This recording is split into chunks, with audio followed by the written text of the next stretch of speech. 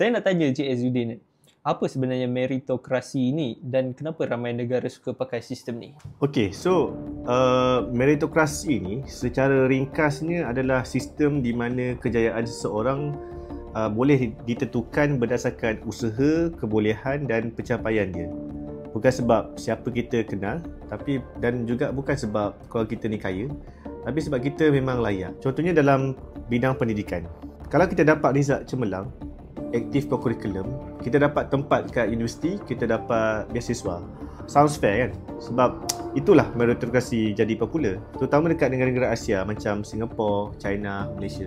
Sebab sistem ni bagi harapan yang siapa-siapa pun boleh berjaya asalkan diorang ni usaha. Lagi satu, meritokrasi ni praktikal. Bila sumber terhad, contoh tempat kat universiti awam, bajet untuk beasiswa, senang nak tentukan siapa yang paling layak guna merit. Kita skor tinggi, kita dapat. Tak ada kabel, tak ada pilih kasih.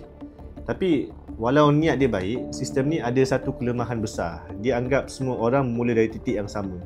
Padahal realitinya tak semua orang ada starting line yang sama. Anak orang kaya mungkin ada kelas tambahan, tablet, bilik belajar yang senyap. Mak ayah pun boleh bantu.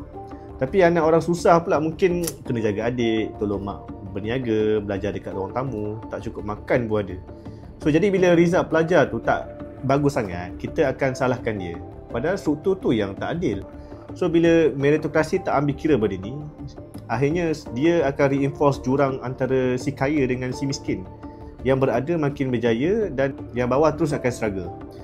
So, untuk saya meritokrasi nampak macam sistem yang adil, tapi kalau tak tengok latar belakang sosial dia, dia sebenarnya adil untuk orang yang dah ada kelebihan dari awal lah.